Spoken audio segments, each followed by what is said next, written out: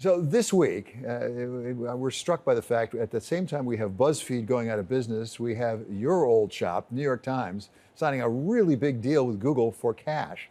What is going on? Well, news is going through a revolution. That's what's going on, and the revolution's full of surprises. When I got to the New York Times in 2012, so just over 10 years ago, everyone told me that BuzzFeed was going to become the New York Times, or the Huffington Post was going to become the New York Times. A decade on, the game's really changed. It's changed both in that the legacy players, some of the legacy players at least, the Times, the Wall Street Journal, the Washington Post might be examples of that, kind of got their act together and began to think hard about digital. And I think in the early 2020s looked pretty secure.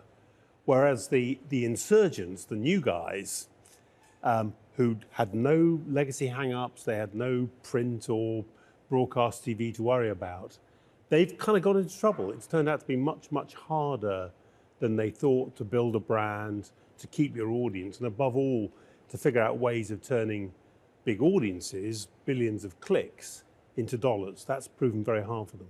What does that say about incumbency when it comes to, I'm talking about real news now. There are things that call themselves news sites, but we're talking about real reporting. What does it say? Because in fact, there are all of those things that you've mentioned and more that really sprang up. We thought they were going to be the bright new thing, and they've gone now. And yet we do have New York Times, by the way, I'll say Financial Times and Wall Street Journal, who seem to be doing quite well, thank you. That's right.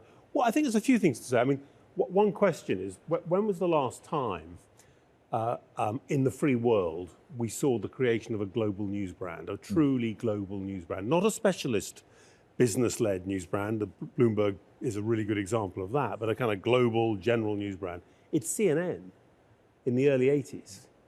So it's really, really hard to do. And in a great continental country like the United States, even to become a national news brand. So legacy in terms of brand and trust and name recognition is fantastically valuable. But it's not enough. It's like, you know, it's necessary but not sufficient, it seems, because you also have to work out the economics of a very different media environment. And what's interesting is I would say that the big TV brands in this country, TV news brands, to include CNN, have yet to figure that out. And their business, their legacy business, still very profitable, is dying. It's dying, and it's not yet clear that they've got credible plans yet for the new ship that's going to take over when the old ship sinks. So talking about video news for a moment, which I know more about, we had obviously the broadcast networks, and they were licensed by the government. There was this motor on your business because you needed a license. That gave rise to cable, and people were terribly afraid of cable and what have. That gave rise to CNN, actually. And then we went on beyond that. Now we have streaming video. So there's more of it available out there. What does streaming video potentially mean for news? Is that a risk, an opportunity, both? Well, I think if we just talk as news people, some stories are best consumed as video. And actually, even newspapers like the New York Times have realized that. You'll see a lot of video on the New York Times. Obviously, short form video, which is kind of specially designed for smartphones and is very snackable, has taken over the world.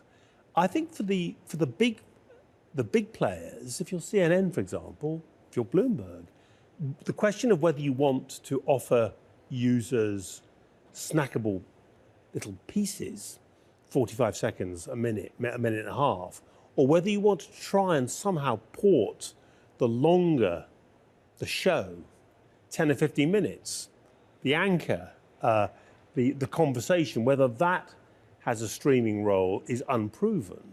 And now, on top of all that, we have generative AI. Yeah. And what that means, you saw Barry Diller's remarks recently saying he thinks it could really pose a substantial threat to news. What do you make of generative AI, or is it just too early to know? I think it's too early to know. It is extraordinary, though. I was at a board meeting for Antrusty yesterday, and one of our engineers had used GPT-4 to hack the beginnings of a version of the Antrusty product where you can ask it questions, you can say, tell the story of my grandfather, and it will create either 1,000 words of prose, or it'll create a slideshow with actually, frankly, astonishingly convincing captions, like that in seconds, 2 or 3 seconds. So I think if it's an immense opportunity to solve some problems for us, at Ancestry, trying to bring these family trees to life into human stories with pictures and sounds, and where a machine is doing it, in a fairly safe environment. It's all fairly formulaic. That's very exciting. Clearly, there are threats, though, and I would say one real hope for us is that AI, both generative and other forms of AI, machine learning, and other forms of AI, will really help us solve that problem if I'm a consumer of how do I find the media I want? It's Friday evening. I want something entertaining. I want it PG-13. I don't want too much violence. What have you got? What have you got? And actually, even the very best streamers in the world don't do a good job of telling me, in my view, and I need to ring friends and go through reviews and to work out.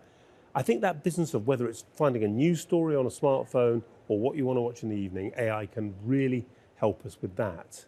But a threat, imagine an algorithm which could, every morning at 7, ingest all of the news in the world and then turn it into, we could use your voice, David Weston, and you, the consumer, could ask your smartphone in the kitchen to ask David what's happened today.